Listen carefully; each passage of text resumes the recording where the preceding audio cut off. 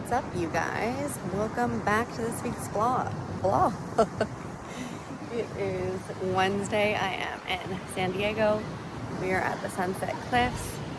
We're gonna go for a brunch or a lunch spot.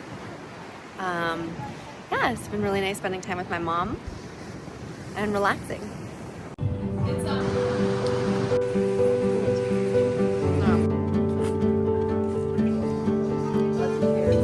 Like vlog one. Vlog one.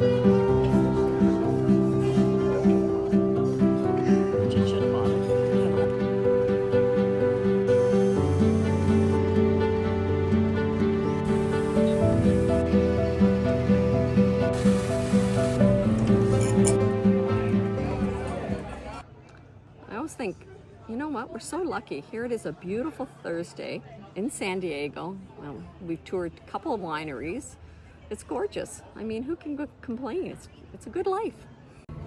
Okay, hey guys, I am in San Diego and it is Thursday and this is a Pinot Gris.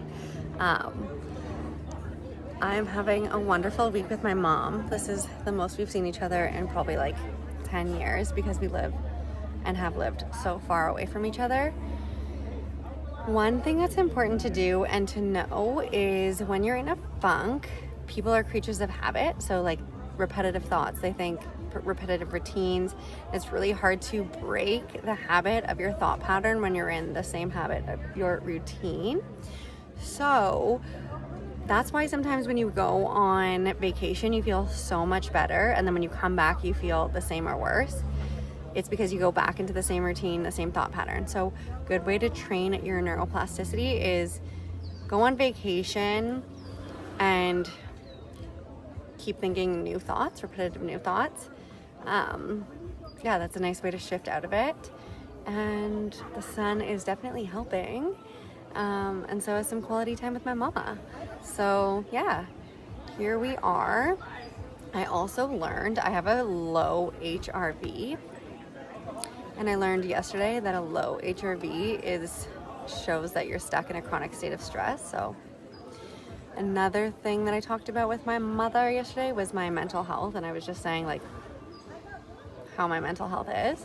And like it's good, but sometimes it hits really big lows. And we were talking about that, and something that I'm not sure that everyone knows is when your child is 0 to 7, your child is in theta and they're programming their body, their nervous system, their everything, your whole being is being programmed 0 to 7.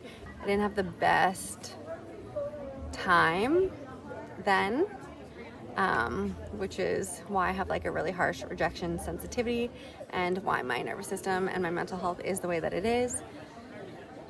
So yeah, so now in my adolescence, we are retraining it. She's so cute. She's so cute. Run, little bee, run.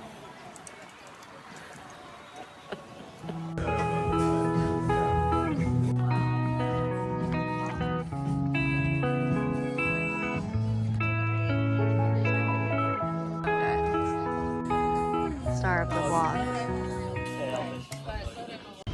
Okay, no one mind my hair. Has a mind of its own today. Putting on a hat later. We are in Port Village. Oh, see? Cool. We have to fix that. We're gonna walk around for the day. It's beautiful out. It's 19 degrees.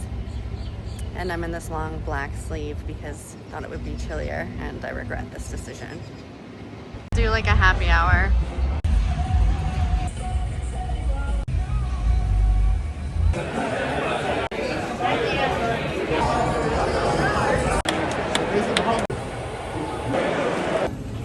Okay guys, welcome back to this week's recap. I got home Saturday after going to the farmer's market with my mama, and I had honestly the best trip. It was so healing to be out of my environment and with my mom and in the sun.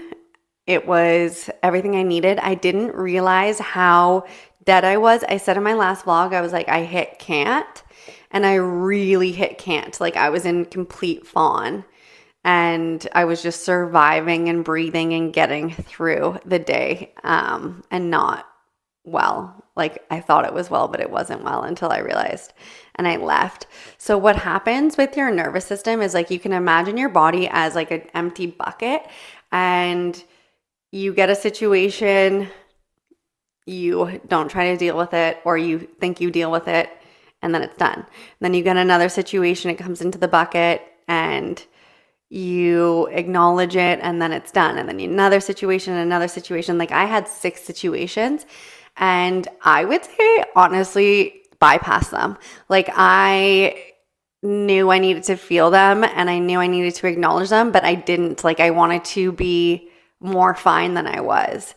I felt shame in being down, letting it bother me, and it blew me up. It blew my body up. I have high inflammation. I wasn't able to recover no matter what I was doing. So I actually took the week off working out and off everything. I did meditations every morning and breath work in San Diego, but I did no physical activity. And yeah, I feel so refreshed. I feel so good. And I also want to talk about when I was saying my mental health, like it's really important that you know, if you're in my audience, if you're a parent or you want to become a parent or whatever, that as I said, from the 3rd trimester until the kid is 7, that you are teaching them how to be a person. So your nervous system, your reactions, your ways to cope are now being mirrored in your child. And so I dealt with situations where I was around adults, not necessarily just my parents, but specific adults that didn't really have a regulated nervous system. Like they weren't bad. I'm going to say that right now. Like I did not grow up and there's a lot worse off. I just was consistently made to feel inadequate and wrong. And I always felt like something was wrong with me. So from 7 until I would say I was 18, I had really bad mental health because I had a bad nervous system. I thought I was a bad child, all of these things. And I think that's really important to acknowledge. If you as a parent are happy with the way that you react, with the way that you cope emotionally, and same with your partner, then you're in a good space. But if you feel like you're maybe suppressing, which is huge, or overreacting, then you are programming that into your child. And so some ways that looks like I'm going to give you examples. If your child falls and hurts themselves and you say, oh, get up, it's not that bad, you're going to be okay. That is helping your child suppress emotions and they will not be able to deal with it, which will lead to disease later on in life. Or if you are like at the breaking point, shake and bottle pop, and something happens with your child, like they are making too much noise and you snap, you are also not in a regulated nervous system. And it's really important to work on that because you're raising the world's future right now. So yeah, that's kind of where I came from and I'm grateful for it. I have amazing parents.